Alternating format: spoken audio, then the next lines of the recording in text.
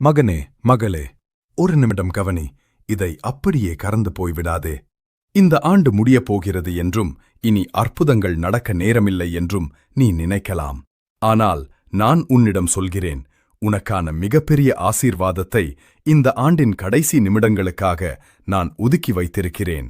கடந்த மாதங்களில் பல முறை நீ சோர்வடைந்திருக்கிறாய். இந்த ஆண்டு என்னுடையதல்ல என்று நீ வேதனையுடன் சொல்லியிருக்கலாம். தடைகளும் ஏமாற்றங்களும் உன்னை மிகவும் வாட்டியிருக்கலாம். ஆனால் இன்று டிசம்பர் 30 பரலோகம் உனக்கு அறிவிக்கிறது, இந்த ஆண்டை நீ குறைகளுடன் அல்ல, மாறாக பெரிய நிறைவோடும் ஆசீர்வாதத்தோடும் முடிப்பாய். இனி இருக்கும் இந்த 2 நாட்களே உன் வாழ்க்கையை மாற்றியமைக்க போதுமானது. என்னுடைய ஒரே ஒரு ஆம் என்ற வார்த்தை உன் எல்லா இல்லைகளையும் நீக்கிவிடும். கடலை பிளந்தவரும், மரித்தோரை உயிர்ப்பித்தவரும், நோயாளிகளை குணமாக்கிய